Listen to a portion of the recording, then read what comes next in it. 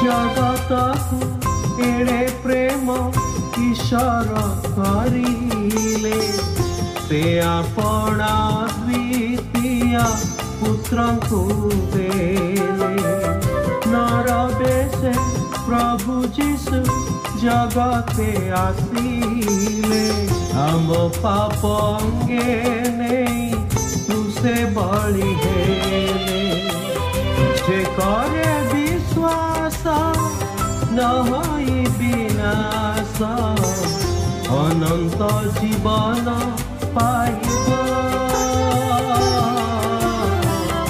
बंधु एक कथा विवेचना।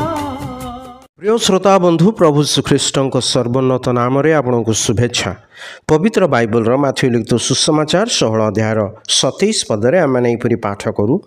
पुणी मनुष्य पुत्र आपणा पिता महिमारे निज दूत मान सहित आगमन करेंगे एवं सेतेबेले से प्रत्येक लोक को ताहार कर्म अनुसार फल देवे। प्रभु श्रीख्रीष्ट आपणा पराक्रम संभ्रम गौरव सहित जेतेबेले आगमन करेंगे से भविष्यतर समय विषय प्रभु एठारे कहती। यही वाक्य ताहांको आगमनर निश्चयता प्रदान करती।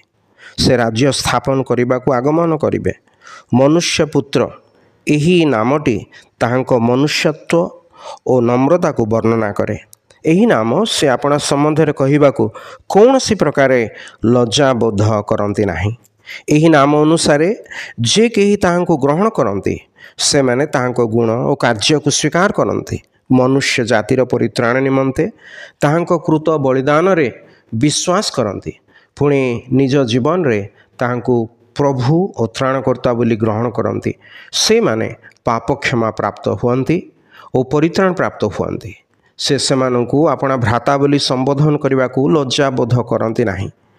पवित्र बाइबल जिखरीय पुस्तक 12 अध्याय 10 पदरे आमने एहीपरि पाठ करूँ। पुणी आम्भे दाऊद वंश उपरे और जेरुसलाम निवासी मानक उपरे अनुग्रह और विनतीजनक आत्मा वृष्टि करिबा।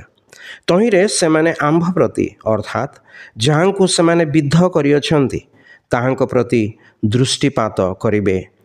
से तो क्रूसरे विद्ध हेले ओ हत हेले किंतु से प्रत्यावर्तन करी महिमारे आगमन करिवे। सेतेबेले समग्र मानव जाति जो माने ताहांकु तिरस्कार करिछन्ति से माने मध्य ताहांकु देखिबे। पृथ्वीर समस्त गोष्ठी विलाप करिवे जेपरि केही आपणा प्रथमजात संतान निमंते व्याकुलित हुए वो विलाप करे।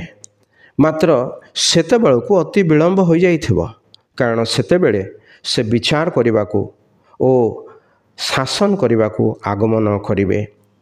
मात्र जो माने ताहांको ठारे विश्वास रखिछन्ति से माने आनंद रे ताहांको सहित महिमारे आगमन करिवे।